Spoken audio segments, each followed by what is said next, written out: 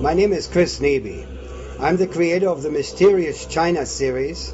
It is a collection of award-winning feature-length documentaries which showcase the epic cultural heritage of China.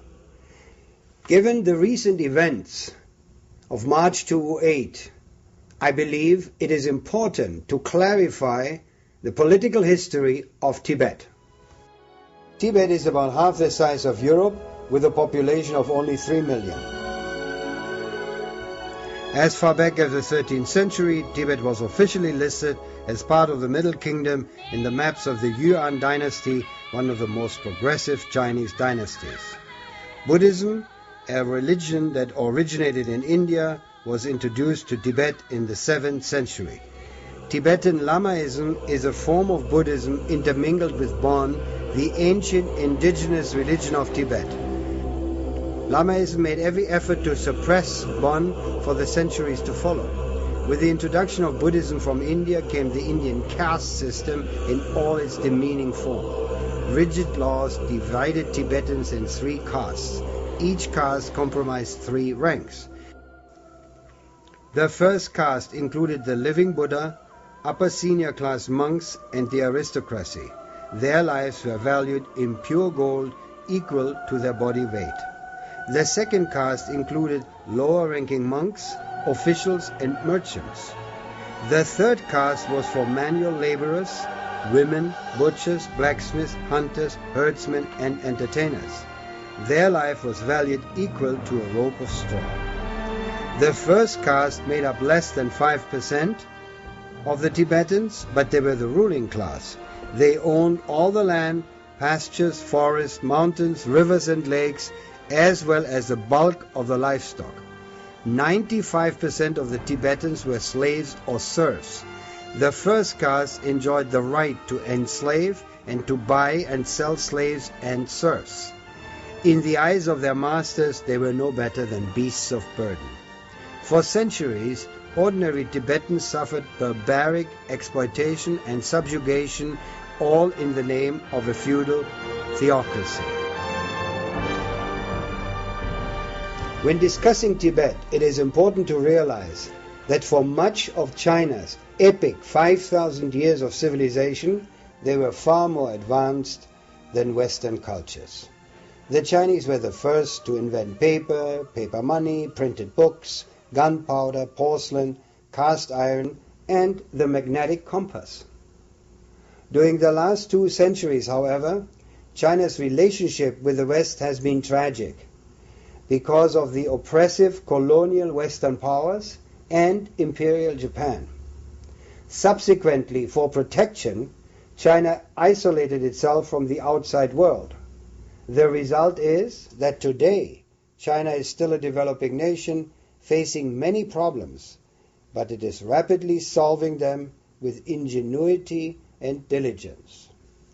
In recent years, official documents have come to light which expose the many plots hatched by foreign interests to carve off a piece of Tibet or split the entire western region from China.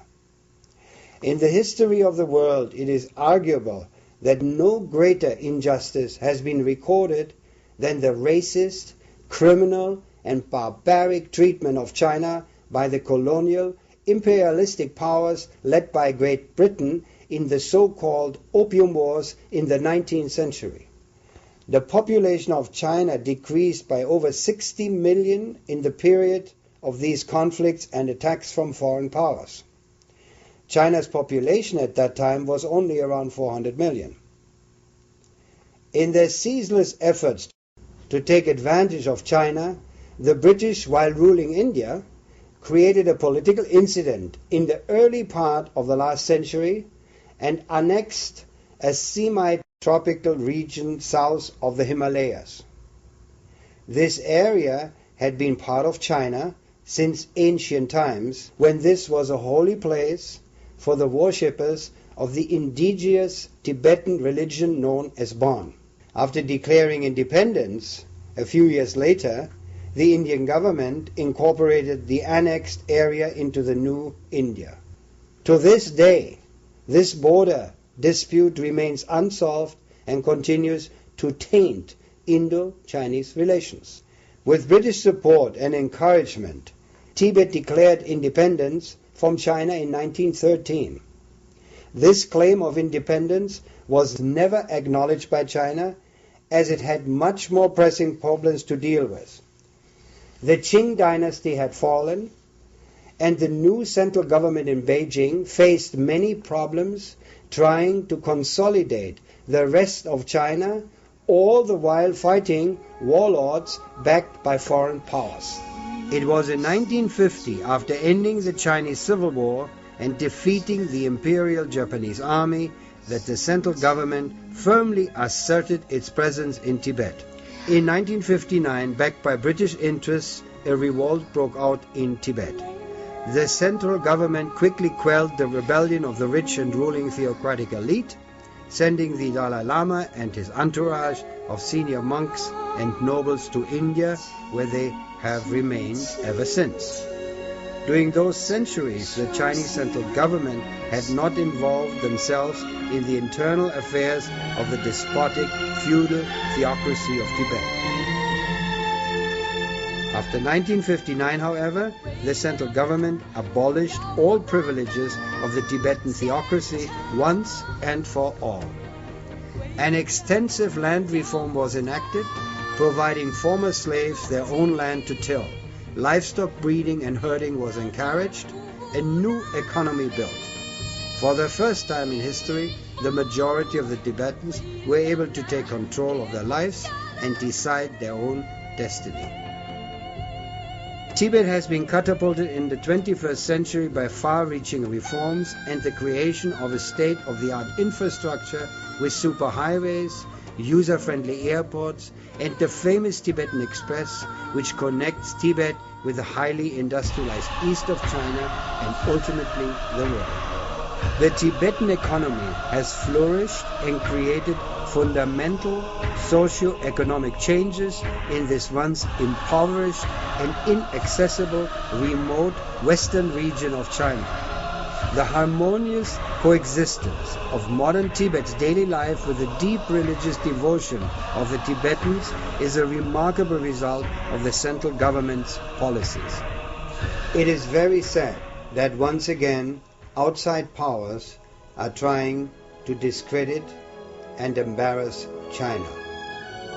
Especially in the year of the 2008 Beijing Olympics, we should refrain from passing unfair and unjust judgment. The Chinese are joyfully preparing for the Olympic Games in peace and harmony. We must not muddy the Olympic Games with political intrigue. We should honor the wisdom of Confucius. Don't do to others what you do not want them to do to you. Study history, not the media. The truth is not to be found in a television broadcast.